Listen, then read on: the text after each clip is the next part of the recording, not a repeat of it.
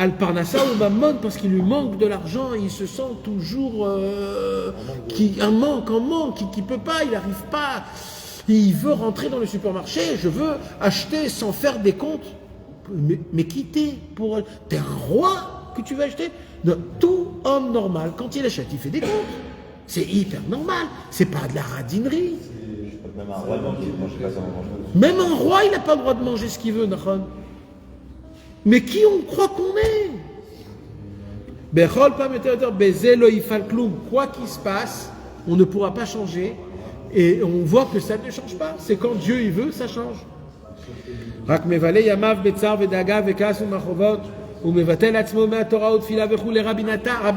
il dit maintenant on va faire le cheshbon, on va faire le calcul. Venez, on fait le calcul.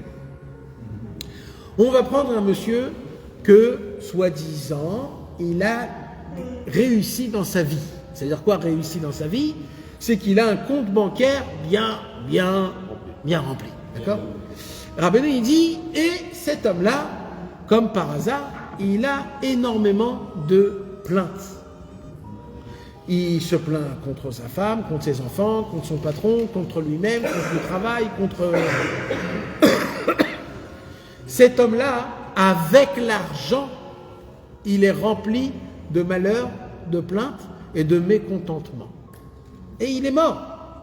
Maintenant, de l'autre côté, il y a un monsieur qui s'est dit, bon, je comprends que j'ai un peu déliré avec mes besoins, alors je vais me contenter d'avoir une petite voiture, je vais me contenter d'habiter dans une maison plus ou moins, même pas modeste, une maison normale, on va dire, normale, voilà, pas normale. Je vais me contenter d'avoir un mécarrère, un frigidaire qui est à moitié plein, pas rempli à craquer tout le temps, et je vais m'habiller modestement.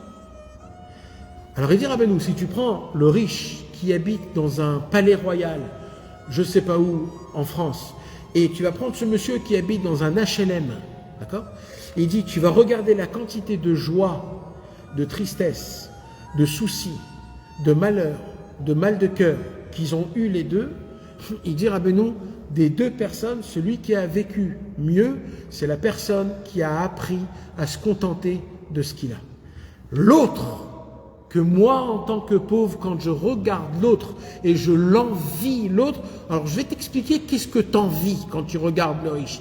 Tu envies un homme qui est rempli d'argent et en te disant, lui il a tout ce qu'il veut, il s'achète quand il veut, il ne fait pas de compte quand il doit acheter quelque chose, il ne regarde pas son porte-monnaie, il ne sait même pas combien il a dans son...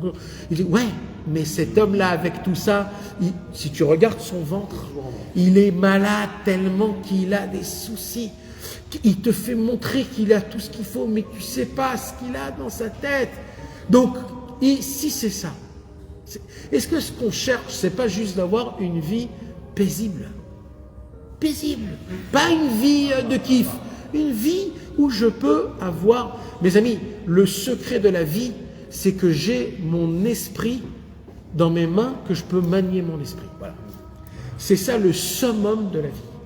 Le summum d'un homme, c'est qu'un homme, il a la liberté totale de saisir son esprit et de dire maintenant je suis joyeux, maintenant je suis en détresse. C'est ça un homme c'est ça. Parce qu'un homme qui sait vivre de cette manière, quoi qu'il arrive, là où il est, quand il se dit je me contente, je sais ce qu'il y a, c'est bon, c'est ok, j'avance, cet homme-là il saisit sa vie, il vit réellement.